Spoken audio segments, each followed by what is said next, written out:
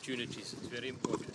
And the team is very committed. When you talk about bringing back the corridor recovery nationally, there's other colleagues also in KZN and Cape Town. Oh. But what you see here is the team that is based here, working 24/7. And so working very hard in ensuring that we meet our deadlines. Yes, it's a challenging job that we have, but the team is fully committed, and I'm certainly very proud of the team that we have got behind all of this. Thank you very much for the report that we're getting, that you are committed of young people. And what it means is that South Africa has a future in your hands. Dedicated, committed, ethical, professional South Africans that make a difference. You have no idea how people appreciate the trains and the recovery of these corridors.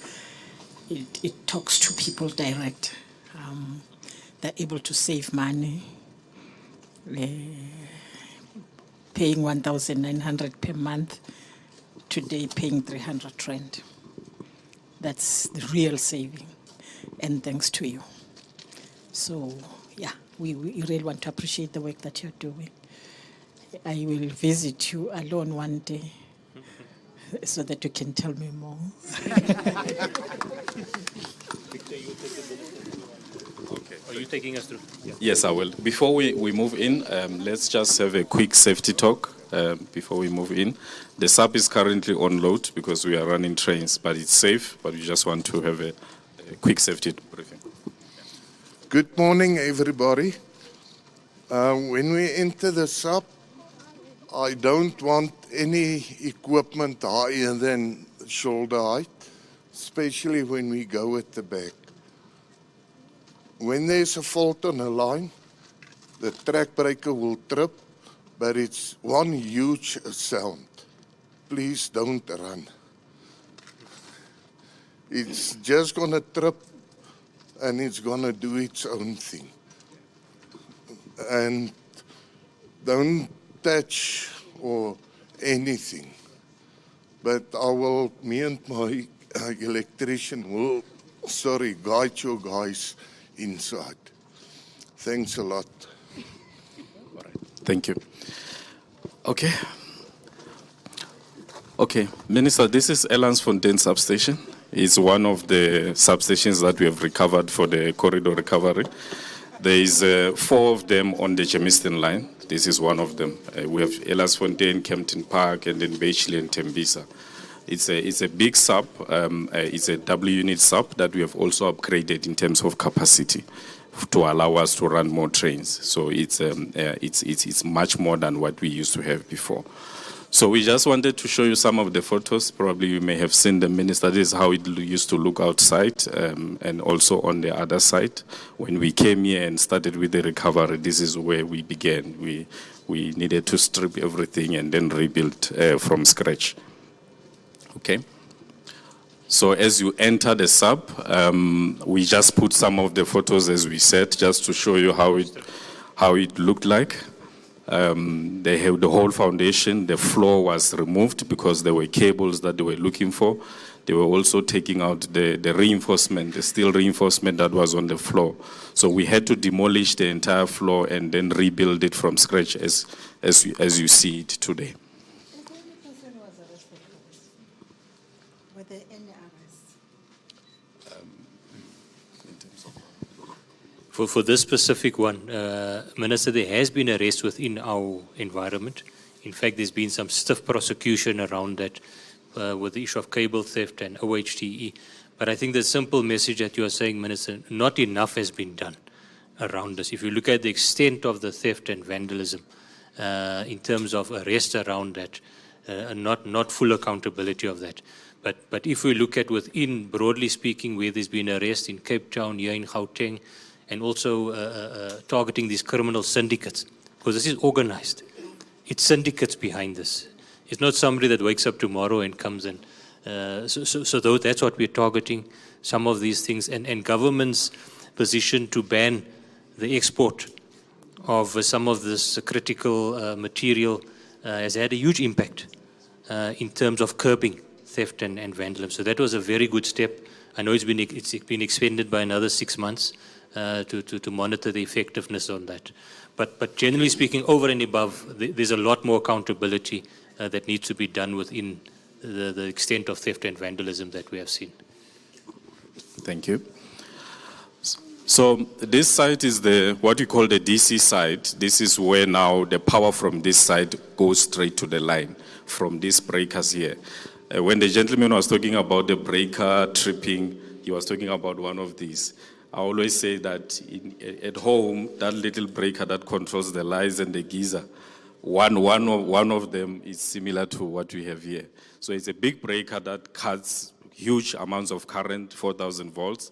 So we have all of them here. You will see there's quite a lot, Minister, because this substation is actually supporting Elandsfontein Yard, Isando Yard, even on a TFR side.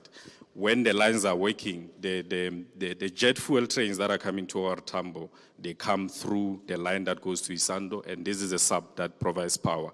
So as we build, we ensured that all the breakers are here so that whenever, the other lines they come, we're already ready from the power supply point of view. So all of them is fully functional as it was before. Those are some of the other equipments, the rectifiers where we rectify the power from AC to DC, and the panels as you see them. The whole thing was vandalized. And what we are also doing, as we explained in previous occasions, is that we've also reduced a lot of copper content where possible within the sub. So those red bus bars that you see, they used to be pure copper before. Now they're aluminum. We are just trying to minimize as much as we can within the design parameters that we have. But I think as we go forward, there's a lot that we can do. So we have done that. We've replaced the roof. The entire thing was really damaged. So this is the DC site. I'm going to take you on the other side where is the high voltage site. Most probably we will just, this is how one of the photos of how the site used to look like, and the one just on your left as well.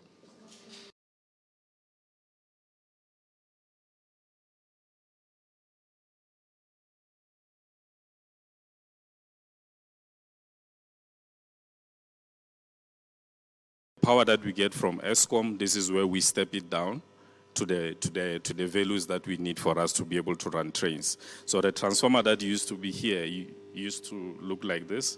They've cut it open just to take out the copper that is inside the transformer. We still have, because some of the copper you cannot completely eliminate it because of the technology that is available, and it's good conductive material. The material it is to conduct power. So that's what we have had to do. We have also created band walls.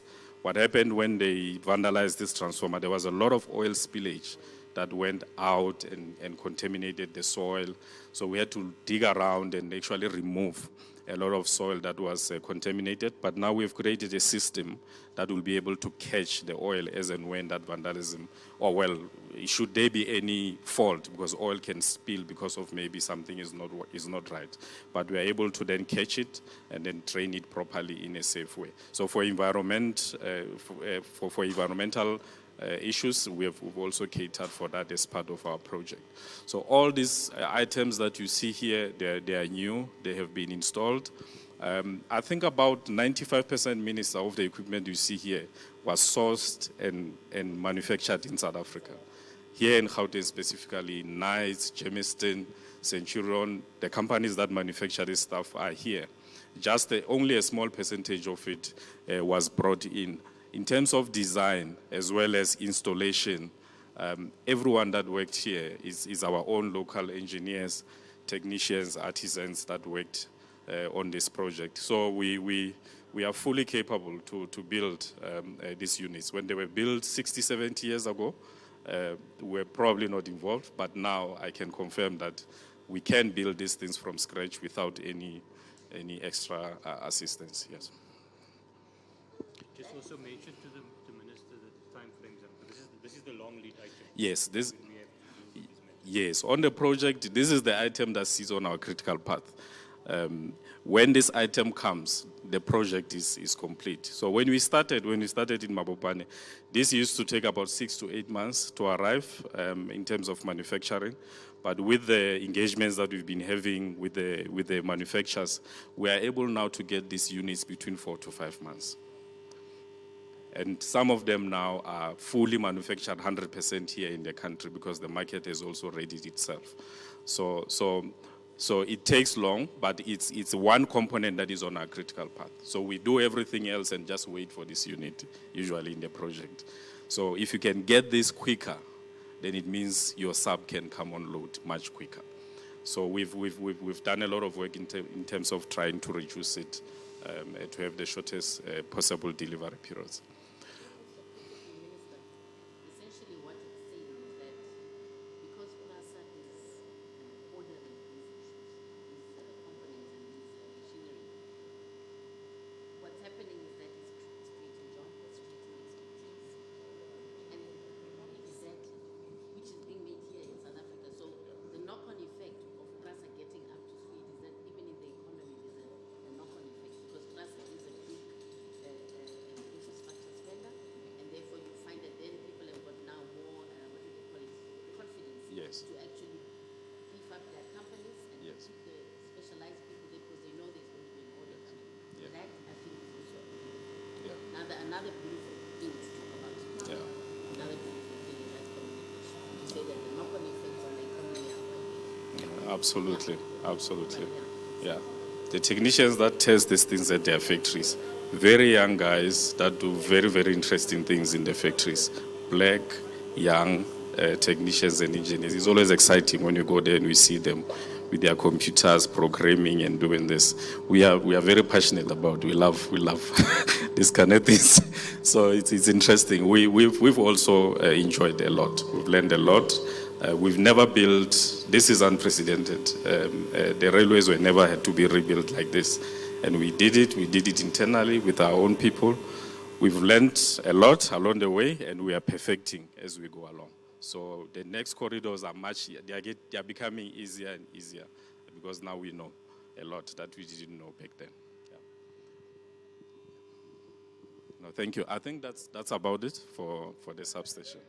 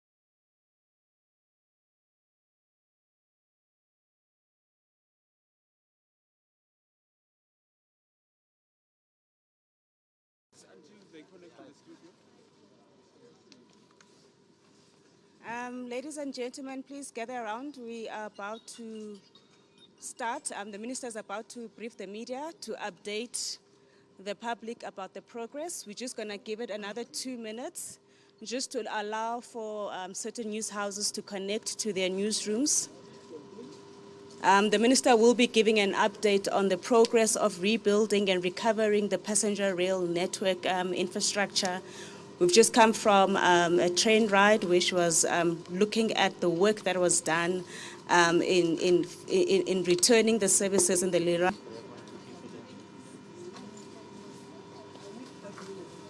How many? A minute. 30. No, 60. No, ENCA is pulling our legs. Ladies and gentlemen, without further ado, I'm going to call the minister to come and give a brief update on the work that's happening in restoring passenger rail services in Gauteng. I'm now going to hand over to the minister who's going to address the media, and following the address, we will take some questions. Thank you, Minister, if you may. Thanks.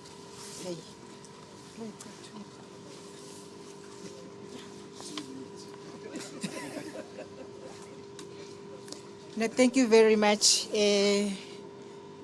Thank you, Program Director, Acting Chairperson of the PRASA Board of Control, Ms. Sindisiwe Chikunga, Director General, DDG,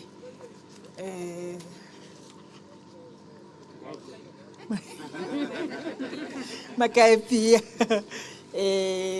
Group CEO of PRASA, Mr. Hisham Imaram, members of the Department of Transport Senior Management, members of the Executive Management of PRASA, members of the media, ladies and gentlemen, councillors that have joined us here, the Minister's Special Advisor, the Chief of Staff, and everyone who has joined us here. Today marks another milestone in PRASA's rebuilding program as we officially launch the Leralla to Germiston line on the eastern corridor of Gauteng in the Ekurhuleni Metro. This service, which first ran commercially on the 6th of July this year, now it carries 10,000 people a day. At the moment, the train stops at 6 stations, and the 6 stations are Leralla, Limindlela, Tembisa, Kempton Park, Rhodes and Germiston stations. PRASA is making significant progress in rebuilding the passenger rail infrastructure and refurbishing vandalized stations, as we have seen even here. Today, PRASA has recovered 18 corridors, with 7 corridors now operational in Gauteng, with the new electrical motor units, which we refer to as the Stimela Sabantu. PRASA's rebuilding program not only focuses on rebuilding the passenger rail infrastructure, but also modernizing the rail service with the rollout of the new trains known as the Stimela Sabantu, manufactured right here in this municipality at the Gibela manufacturing plant. An amount of 20.1 billion rand has been spent in recovering the rail infrastructure in Gauteng to date. In bringing back this particular service to the people of Ekurhuleni, PRASA has invested just under 6 million rand in rebuilding and rehabilitating the 6 stations, the train stops, the 6 stations and the train stops at the overhead electrical cables that power trains and substations that feed power to the network. The breakdown is as follows. 28 million rand was invested in refurbishing the stations. 292 million rand was spent on the overhead cables, and 276 million rand was spent on the substations.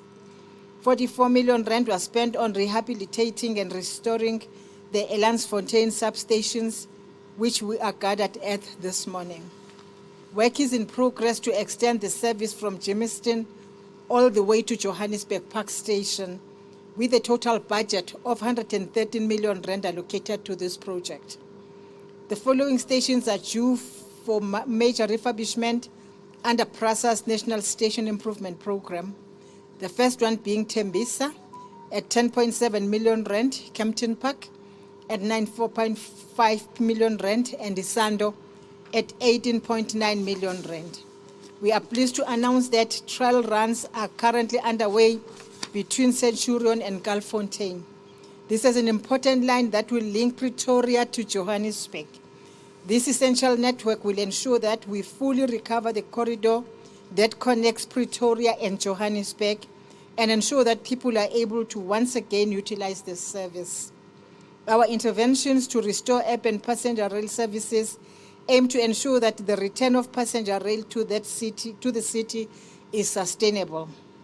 The plans are part of our wider strategy to improve passenger rail services across South Africa and make rail a safe, reliable, and affordable mode of transport, which indeed it is. Through PRASA's capital projects, we will ensure that PRASA continues to invest in local communities and boost local economies by creating job opportunities. We are pleased to announce that 191 jobs were created in this project, with 15 young women under the age of 35 employed, 3 women with disabilities, and 21 women over the age of 35. 4 SMMEs from local communities benefited from this project. It is also prudent that the informal economic benefits from our railway stations and the access they provide to the people, and it is important that this happens. The Germiston station is one of our biggest intermodal facilities in Gauteng, with taxis and buses feeding into the station, thus supporting a vibrant informal economy where informal traders can ply their trade and sell their wares to passengers and people from surrounding areas. The microeconomic activities at the Germiston station clearly demonstrate the role of intermodal facilities in providing transport solutions, convenience, accessibility, and economic opportunities. The increase of patronage numbers is vital to the sustainable livelihoods of informal traders and commuters at large who rely on this affordable mode of transport. Plans are in place to regain patronage numbers, including the rebuilding of critical stations for commuters to access the trains. PRASA's National Resignaling Program will ensure that the organization increases the frequency of trains while ensuring the safe passenger of our new modern trains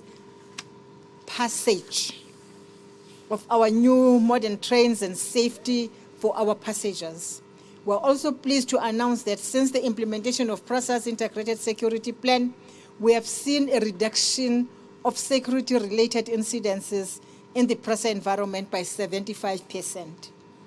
Recently, PRASA's protection officers were declared peace officers under the Criminal Procedure Act, giving them more law enforcement powers similar to the police, including powers to arrest.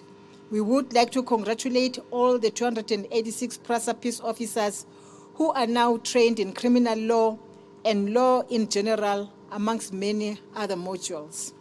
Additionally to peace officer status, PRASA's protection officers are multi-skilled in armed response, platform marshalling, CCTV monitoring, and many more. Their deployment areas include on board the trains, staging yards, rail infrastructure, supported by the SAPS Railway Police and the Ekurhuleni Metro Police Department. We can proudly say that on this line, PRASA protection officers have a combination of in-house and external security since the commencement of the rebuilding project. As a result, the service has not suffered any crime incidents against the rail assets. In reducing crimes of theft and vandalism of essential infrastructure, PRASA has also reduced the use of copper cables at substations such as the Lansfontein substation and installed anti-vandal clips on the tracks to make it difficult for criminals to strip tracks.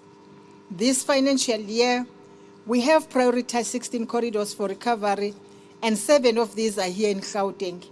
And these corridors here in Gauteng, they include this one, which is Leralla now to Johannesburg, Pretoria to Gulffontein, Hercules to Kude Sport, Germiston to Kwesine, Germiston to Johannesburg, New Canada to Residentia, Johannesburg to Randfontein. The recovery of these corridors will ensure that more people have access to an alternative mode of transport that is cheap and efficient. The number of recovered corridors and those earmarked for recovery tell a story of our solid commitment in returning passenger rail to its rightful place as the backbone of public transport and the economy. Latest Stats South Africa Land Transport Survey, released on the 21st of August 2023, reveals that the demand for passenger rail services, albeit from a low base, increased by 215% year on year. PRASA has seen a gradual increase of passenger trips and passenger numbers since the recovery of the passenger rail network. The survey and the number of people coming back to use the trains demonstrate the critical role that passenger rail plays in moving people and the potential for rail to become the backbone of the country's public transport system. This report also shows that the need to recover the rest of corridors has never been more urgent. We believe that we can build on these achievements and rebuild passenger confidence as we recover more corridors. Ladies and gentlemen, we are confident that we are well on track to achieve the target of recovering 16 corridors and deploy the new trains in more communities by the end of this financial year. Program Director, I thank you very much.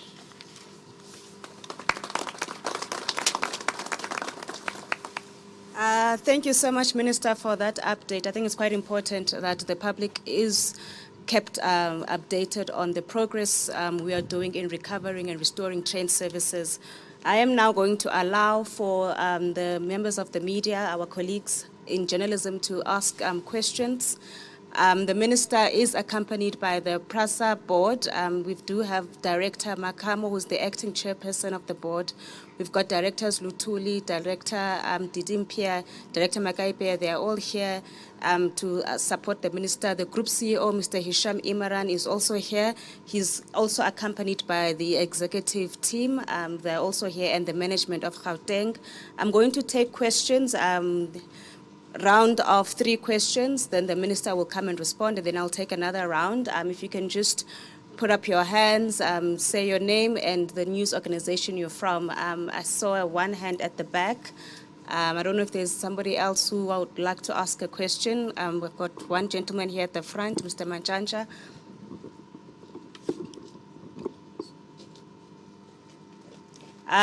Do we have other questions? Okay, I want to start at the back. If you can say your name and where you're from.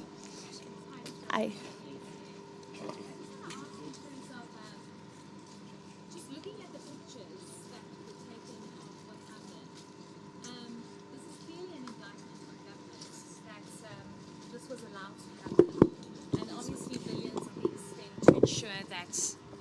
Do I need to start again? Okay, it's Heidi Jockas from ENCA. Just looking at the pictures from inside, I mean, this is only one of how many that have been vandalized like this, but surely this is an indictment on government that these key infrastructures areas were left unguarded. You're spending billions to protect the infrastructure moving forward. Can you assure that this will not happen again, what we're seeing inside those pictures of before and how it looks now? Thank you. Thank you, Heidi. We have another question here, the gentleman, Mr. Manjanja. My name is Sekonati Manjanja. I'm with News 24 Business. My question is for Hisham Iram and Dinosizwe Makamo. Nokwe. When is PRASA implementing the court order that it agreed to in April, which is actually its delays in implementing that project on overall maintenance, is actually denying at least 500 people direct new jobs in the general overhaul of the infrastructure. It's been 4 months now since PRASA agreed in April to allocate work to all the winners. When is PRASA implementing this court order, which as it stands now is in contempt of court? Second question, you have more than 22 executives that have been suspended for at least 6 years, some of them. PRASA has not pursued any disciplinary processes. PRASA is not doing anything to return these people to business. Instead, it is paying them 100 million rands per annum, by my calculations, to just sit at home and is doing absolutely nothing, taking every opportunity to prevent them from returning to work.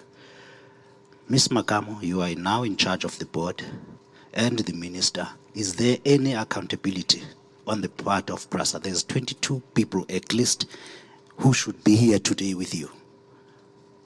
When are you returning those people to work? When are you resolving their problems? When are you firing those that should be fired? Thank you. Okay, I'm going to take one last question. You can take this. Mobile Madlala from Newsroom Africa. Mine is for clarity. I hear that you're saying 16 corridors is what you're aiming to revive. The question is how many are currently not functional and how many are now working? And this is an overall in terms of South Africa. Thanks. Thank you so much. I'm going to give to the minister. You can start CEO, then I'll come last. Okay, the groups. Thank you very much for the questions. We've got what they call democracy and empowerment in the organization. So we've distributed the questions accordingly. We will deal with the issues that Mr. Manchansha was asking, and Hisham will also deal with some of the other questions. And I think possibly the way we'll handle it is that the last issue, which was the first question, will be taken at the end. So Hisham, I'll hand over to you, and then we'll talk about the issue of the employees. Director Mutluhelwa will deal with that because we have a task team that's been dealing with that issue, and we'll give you an update on those issues. Of course, these are matters that are of huge concern to the board of PRASA, and we have been working systematically through those issues so that in dealing with these issues, you don't trample on people's rights in terms of employee rights and human rights as well. So I'll just hand over to Hisham first, the CEO, and then Director Mutluhelwa will come and answer the other questions. Thank you.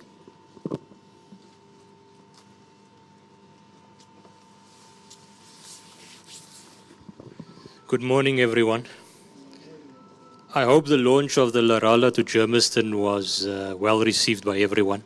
The commuters were certainly shared their positivity and their appreciation for the trains coming back into service. Now, coming to those questions, let me start off by, in fact, the last question that was asked. That was around the number of corridors. Now, post-lockdown, where we were operating 40 corridors before that. Post-lockdown, we had 4 corridors operational out of the 40. Last year, we recovered 14 corridors, taking us to 18 corridors in total by the end of last financial year. This year, as the Minister had indicated in her remarks, we are working on a further 16 corridors to recover. That will take us to 34 out of the 40, bringing back 80% of the network. Now, that 80%, as we've indicated, we are bringing back a limited service. You will see today one of the questions asked by the commuters was that they wanted more trains. They wanted higher frequency. And that's where we need to bring back the signaling program. The Minister has made it very clear to the board, to the management, it's one of the priorities for this year, in addition to bringing back those 16 corridors. I also just want to mention on that point, in addition to those 16 corridors, the team is also working on those 18 corridors that are already recovered in terms of optimizing those networks. As I stand here, we've introduced additional trains on Mabopane. We are due to launch an additional train on the Saulsville line. In the course of next month, we will launch additional trains on Pienaarsport. And the same applies on Naledi. So in addition to recovery of corridors, we're also optimizing our existing network to underpin our recovery program. And that is the issue of safety and security. Not only, and you'll see many of our colleagues have got on the blue vest at the moment, we've launched a campaign called Asipepe, where we're putting safety first within PRASA, both from an operations, but also securing our environment. Now, what we are doing to ensure that we don't see a repeat is we've got an integrated strategy that we are rolling out. The first phase being deploying boots on the ground. And you would have seen today when we were on the train, at our stations, and on the network itself, you will see an increased presence of physical security. Phase 2 of that security plan is the rollout of technology. Your CCTV, the alarm systems that will monitor this substation, and also all of these, what we call our high sites, our secure sites that we need to have. You will see that a fencing, concrete walling to protect, particularly the high risk areas on the network. So, and as we have seen, the reduction just since we have launched this integrated security plan, a huge reduction, 75% in terms of security incidents within our environment. Coming to the question on the court order around specifically the general overhaul program. And that is a program dealing with the heavy maintenance of our existing fleet, the yellow and grey trains as we know it. That award was made last year for the GEO program. And those suppliers where the award was made, we've already allocated coaches to those suppliers. We in fact met our target last year in terms of the number of coaches that we wanted overhauled, as well as where there were some ad hoc maintenance improvements. The court order that you refer to, sir, relates to the one supplier that was recently included as part of the award. We are now in discussions with them in terms of just making sure that the visit of the facilities, that they can receive the trains, and the colleagues in our technical department have now identified the allocation for this year. And this is through all the suppliers. That allocation will be implemented within the month of September to those various suppliers for the new allocation. The court order, as you correctly point out, with the one supplier will obviously take effect. It took effect a year later and will extend a year beyond the others. So that is being implemented. The discussion was around confirming the allocation for this year. What PRASA is doing is we need to find a balance in terms of the number of train sets that we will be sending through the general overhaul. Convocation is now sorted. And as I've indicated, in September, the allocation for year 2 will be going out to all the suppliers. Thank you very much.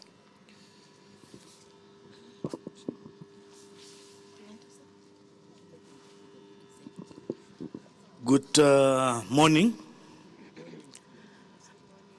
Let me confirm that it is not on good authority that 22 executives of PRASA are on suspension, earning 100 million, and PRASA doing nothing. Contrary to that, I can affirm that as far back as the last 2 weeks, in fact, last week, the Board of Control was presented with progress in all these matters. There are officials whose contracts have been terminated. There are those who have been placed on notice why they must not be terminated. There are those who are at the labor court. There are those who have lost at the labor court and are at the labor appeal court, and judgments are awaited. There are those internally that have been given possible settlement offers in the best interest and mutually beneficial to all parties. In summary, all action has been put in place to ensure resolution of those matters. So it can't be that PRASA is doing nothing. Finally, we have got a case-by-case accountability that we can share with you without compromising employee-employer confidentiality until all matters are finalized. Thank you.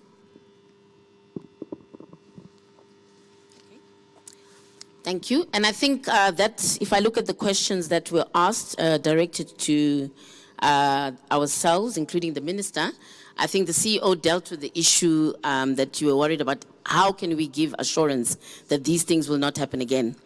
I think even in the train, I'm not sure if, Mr. Manchanja, were you with us in the train? Oh, you weren't. You missed a fabulous ride, actually. Oh, you should have come. You've got to get rid of that perception. You really should have been on that train. In any case, most of the passengers were explaining in terms of what they feel. They feel the safety levels. They're very comfortable to the extent that they mentioned that they even would like to have Wi-Fi on the train because they're using their laptops and their phones in a safe manner. So the CEO explained what are the measures that have been put in place quite in detail.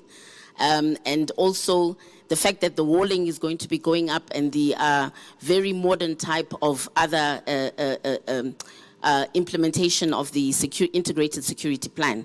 So I think, Andy, so I'll hand over to you. Maybe you said you're going to have another 3 rounds of questions, but I think the first 3 were dealt with. But the minister, I think, will just wrap up on some of the issues that she'd like to put emphasis on from those 3 questions. Yes, yes, I think.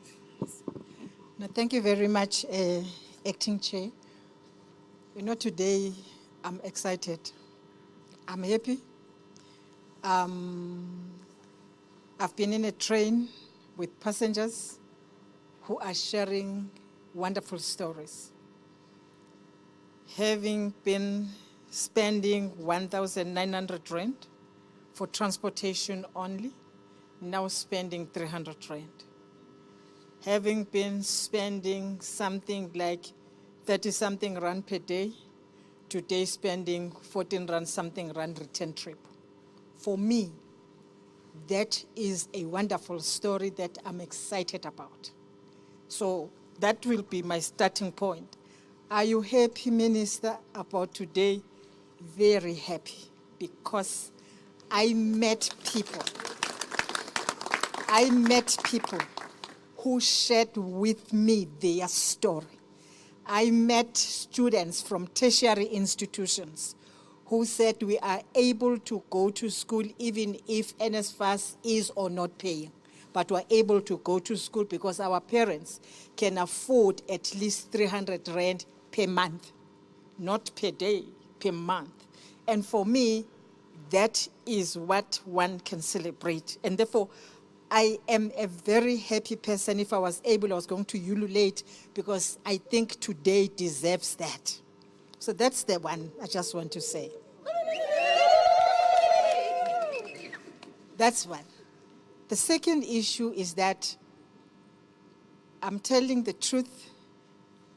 Yesterday PRASA is not today's PRASA, and tomorrow's PRASA will be better than today's PRASA.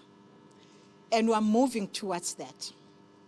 When we talk about these corridors that we're recovering, is because we think that indeed we've got to ensure that passenger rail is the backbone of public transport. And we're trying to do that, and we're doing it. It's not like it's not happening. Then coming to the criminality that you asked about, ma'am, and I think the group CEO responded to the question on what we're doing about it. But if you look at this, it's a very highly sophisticated syndicate, criminality, sabotage, if you want, that is happening. And we have got, therefore, to meet them pound for pound. And it is not free, it's money.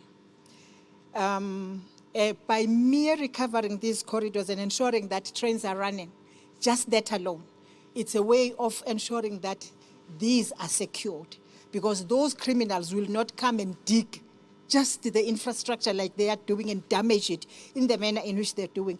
You must know exactly. It cannot just be an order to do nothing but to sabotage whatever that is happening.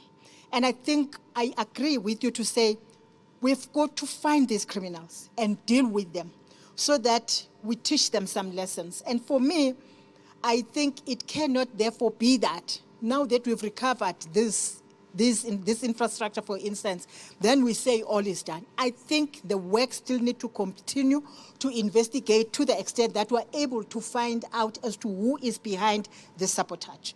Otherwise, the security measures that we're putting in place, they're actually taking money from PRASA. PRASA's core mandate, I will say it again, is to provide passenger train to commuters. But now we've got to bring in yet another mandate of ensuring that those then are safe and secured. That is expensive, but we will do it because we've got to do it. And I think the Group CEO explained our integrated security strategy that we are implementing, which is not without cost. If you are going to add 7,000 securities into the rail services, if you're going to put all the technology that we're talking about, the drones and everything else, you're not going to have drones. You need to have people that are trained to operate drones. And that is money, that is budget, which is supposed to go to sophisticating and modernizing our passenger train. But now we've got to budget for security issues. And I fully agree, it shouldn't happen ever again that we find such damage happening. It should not happen. The measures that we're putting in place, the technology that we're trying to put in place, we should actually ensure that it doesn't happen. But remember, you are not dealing with just ordinary criminals here. You're dealing with sophisticated criminals who, as we plan, they are planning. Who, as we put, if we try to minimize the use of copper, for instance, as it was said here, but they are planning again to do whatever else. But we'll meet them head on should they come again. We're ready for them. Because honestly, it cannot be. It's too expensive for South Africa, and we can't afford it. But I really want to thank the teams. It is interesting and to hear that we have got such good engineers in South Africa that are able, within very short space of time, to assist us to recover these substations here in South Africa. It's bad for what happened, but probably then, because it gives young engineers an experience now, probably we can look at the positive side of the whole thing, to say now we have got people that are experiencing the recovery of this infrastructure. That is all that I will say. On the issues related to the people that are on suspension, I think it's a matter that we have raised with the board, and we really want these matters to be finalized, so that whoever is at home must come to work if they must come to work. If they must be fired, they must be fired well on time, so that we don't continue to pay people that are sitting at home over time. Indeed, it's a lot of money that we're paying, and that is the matter that the board has to finalize. It has just to be finalized. If people then take that are sitting at home, maybe because we are scared of taking decisions and stop paying them until such time that whatever court says about it is the right of every South African to take us to court on any matter. It doesn't matter who they are, whether they are executives or whether they are board members or whatever, they can take us to court. We meet them in court and we deal with the... Chairperson of the board, I am now going to take another round of questions if there are. We have one question. Is it a follow-up question or a new question? New one. Okay, is there other questions? Okay, you can go ahead, sir, and ask your question. Thank you, Ms. Makanda. I can see you're very excited about my question. Ms. Chikunga, it's all very well and great for you to get people to ululate for restoring PRASA, which your government destroyed over the last 30 years. Everything that you said today about restoring the service was exactly what we had before your government took over. Do you accept responsibility? Does your government accept responsibility for destroying this national asset that actually works for the people you claim to represent, the working class people? These people that are surrounding you today, that were all ululating and excited about restoring an asset, if they were being honest with you, they should have told you that your government and themselves destroyed PRASA over the past 30 years. So there's nothing to actually praise. Can you accept responsibility for destroying this asset of the people during the last 30 years? I, as well as they did, actually relied on PRASA to get to school, to get my first job, because of the low fees that I had to pay. Do you accept responsibility that your government has destroyed this infrastructure?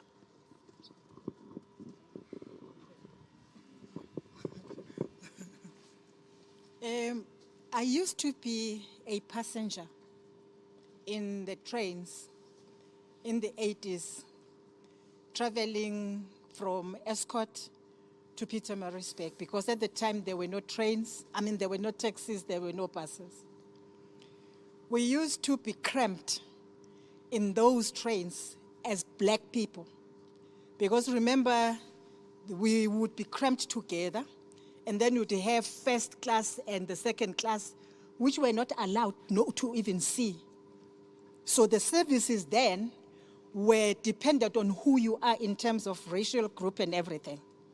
So there was nothing good that was provided to me by the train passengers, the services that were available to me at the time. I just want to start there.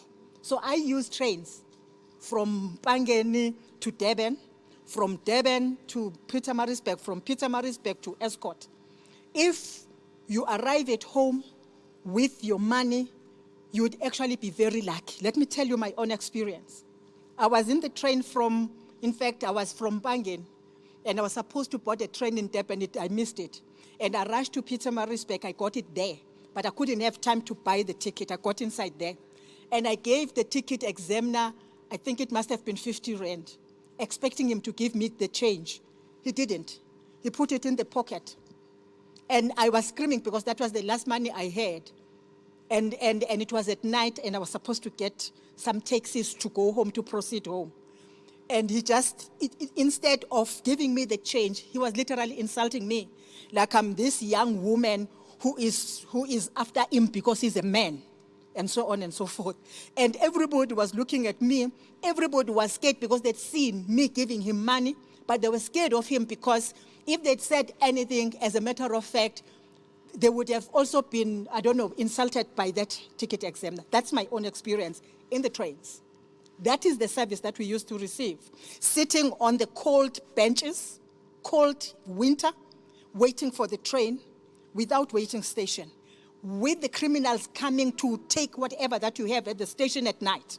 These were the services that we're talking about. Let me tell you again, it's not this government. I think we also have our own blame to take, maybe, but it is the commission by de Villiers in 1986 that was appointed by the apartheid government to check, to investigate as to whether it was correct for them to continue investing on rail. And that de Villiers commission said to apartheid government, no, it is not necessary. At the time, the apartheid government was spending something like 6 billion rand for rail. From there, the apartheid government stopped investing to the extent that by 90s, apartheid government was spending less than 1 billion rand on any rail infrastructure. Coupled with that passengers, the transportation of goods, which led to the mushrooming of the trucks that we see on the road destroying our roads. And actually the devastation of trains and rail services. We came in 1994. At the time, there was no investment on rail services by the apartheid government. We took long as government to say we need to invest. We had to do some studies to check whether indeed that whatever was the correct decision. It was people such as Group CEO Montana who said to government, we have to invest. So it is this government that said we have got to invest on rail services in South Africa, particularly passenger rail. So yes, there might be some areas where we say we took long to decide on that, but it is not us who decided not to invest on rail. It is de Villiers commission that was put in place by the apartheid government. That it happened, it's history, it is the correct history. But even with all the services that we're talking about, we never got any quality services as black people. We use trains. We as students, when schools were opening, there was something called the students will actually be fighting and you'll be assaulted all the way and there will not be any security to come and assist you. Izinto zamaxoxo. This was happening in the trains. So you can't come to me and pretend as if at some stage there were services, good rail services for me. I didn't experience that. Even if I did use passenger trains. I did, but I never experienced anything. At some stage, I was already working. I could afford a first-class ticket, but I was not allowed. It was not for me. It was for other racial groups. That is what was happening. Let me tell you what happened. When I eventually, Mistimela, I called the Ladysmith police station, I mean rail station, to say there's somebody who has actually taken my man. They stopped the train because they were there. They stopped the train. They found that the name was the wrong name that he was using. The tag was wrong, but at least I actually read it, so I knew that the tag, he had not removed it, and fortunately was arrested, and he lost his job as a bus just for 50 rand. And what the magistrate said, there was no, I can't remember the name of PRASA then, the equivalent of PRASA then. They said there was no railway when you were stealing the money.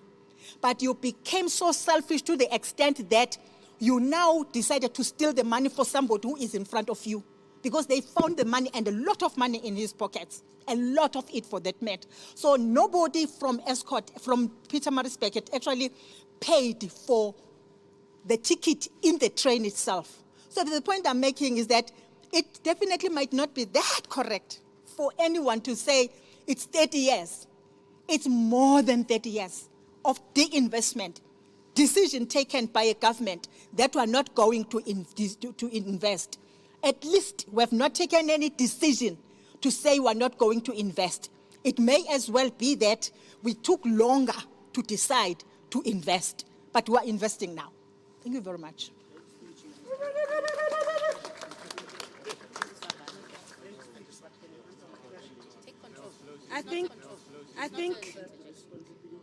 I think she did answer that. Minister, I think she did. We can also allow you to have a one-on-one with the minister.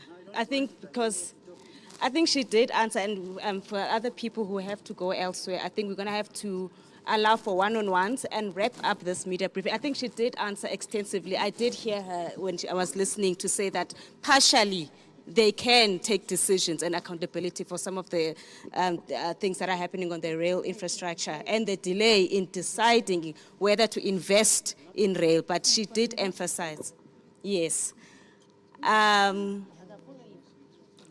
We are going to wrap up now. I don't think we have any other questions, but we will set up one-on-ones. Mr. Colin Sibi, who's the spokesperson, head of communication of the department, will be coordinating the one-on-ones. From now here, we are going to move to the Gauteng Nerve Center as many of us left our vehicles there. There will be refreshments served at the GNC at the Gauteng Nerve Center. The buses and kumbis are here to transport us. Ladies and gentlemen, again, thank you so much for attending the launch of the Leralla to Germiston. Thank you for